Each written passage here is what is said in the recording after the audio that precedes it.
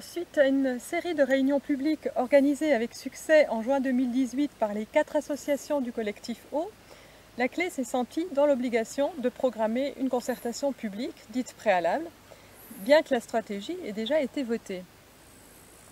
Le CD 88 en a été l'organisateur, avec la présence d'un garant nommé par la CNDP, et elle s'est déroulée de décembre 2018 à février 2019.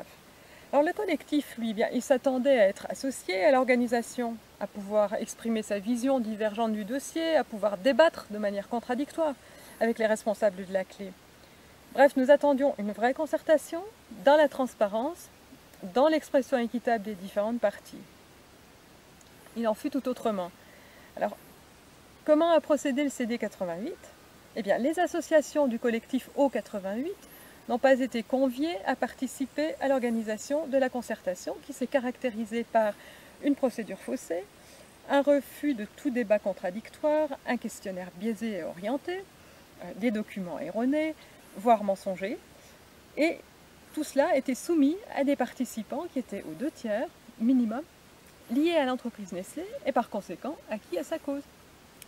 Alors le résultat, c'est que dans un contexte où l'emploi et l'économie ont été défendus comme un objectif prioritaire, avec un public acquis à la cause et un verrouillage de l'expression, c'était le scénario de la Clé, bien sûr, qui était confirmé, c'est-à-dire priorité d'approvisionnement dans la nappe GTI pour les industriels dont Nestlé et transfert d'eau par canalisation pour les populations locales.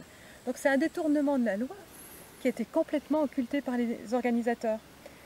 Les 3000 contributions aussi ont été occultées, qui ont été déposées sur le site mis en ligne par le CD 88. Donc, comme elles étaient quasi toutes défavorables au scénario clé, il était considéré que le site avait été instrumentalisé. Donc c'est pour le moins une curieuse conception de la démocratie, mais qui caractérise bien l'état d'esprit du CD 88, qui par son président s'est permis de faire des remontrances aux plus de 70 élus maires qui, avec leurs conseils municipaux, se sont prononcés contre ces projets de transfert d'eau. Bon, dans cette affaire, il y a toutefois une justice. À peine un mois après la confirmation par la Clé de la stratégie retenue, Nestlé a annoncé fin juin la suppression de 112 postes, donc qui discrédite en cela l'attitude des élus et responsables de l'État qui, depuis plus de 10 ans, justifient leur attitude pour maintenir les emplois. Le collectif Eau n'avait cessé de dénoncer en vain ce chantage à l'emploi exercé par Nestlé si les prélèvements bonne source étaient supprimés. Il n'a pas été entendu.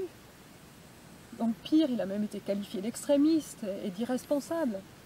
Donc dès lors, il est quand même permis de se demander si l'irresponsabilité ne serait pas chez ceux qui n'hésitent pas à envisager de contourner la loi.